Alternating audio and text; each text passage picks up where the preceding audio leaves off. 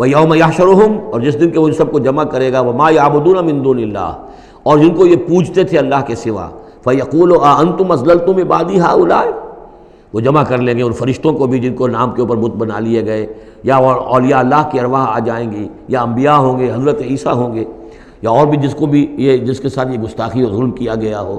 اللہ ان سب کو جمع کرے گا اور پوچھے گا أَأَنْتُمْ أَضْلَلْتُمْ عِبَادِي هَؤُلَاءِ، کیا آپ لوگوں نے میرے ان بندوں کو گمراہ کیا تھا؟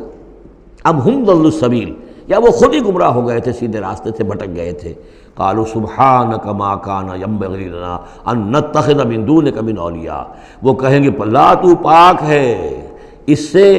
اور یہ تو ہمارے لیے تو یہ سرے سے ممکن ہی نہیں، ہمارے لیے یہ کسی طرح روا ہی نہیں تھا کہ ہم تیرے سوا کسی کو اپنے ولی بنا لیں، ہم نے ان لوگوں کو ولی قرار نہیں بنایا۔ ولکن متعتہم وآباءہم، یعنی یہ کہ جیسے ولایت باہمی ہے، اللہ اہل ایمان کا ولی اور مومن اللہ کے ولی، اللہ ولی الذین آمنوا یخرجہم من الظلمات الی النور، اور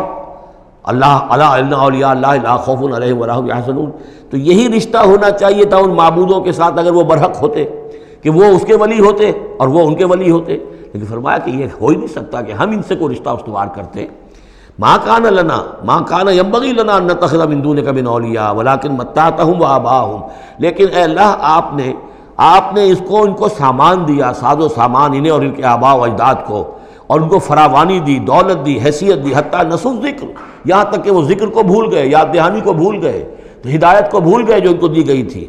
وَكَانُوا قَوْمًا بُورًا، اور یقیناً یہ بڑے تباہ ہونے والے لوگ تھے۔ فَقَدْ كَذَّبُوكُمْ، اب اللہ کہے گا ان لوگوں سے دیکھو بھائی تمہارے جو معبود جن کو تم سمجھتے تھے انہوں تو تمہیں جھٹلا دیا، بِمَا تَقُولُونَ، جو تم کہہ رہے ہو تمہاری بات انہوں نے رد کر دی۔ فَلَا تَسْتَطِيعُونَ صَرْفًا وَلَا نَصْرًا، تو اب نہ تم لوٹا سکتے ہو اس بات کو اور نہ ہی کوئی مدد ہو سکتی ہے۔ وَمَن يَظْلِم مِّنكُمْ نُذِقْهُ عَذَابًا كَبِيرًا، اور جو کوئی بھی تم میں سے اب گناہگار ہے اب تو اسے بہت بڑا عذاب مل کر رہے گا۔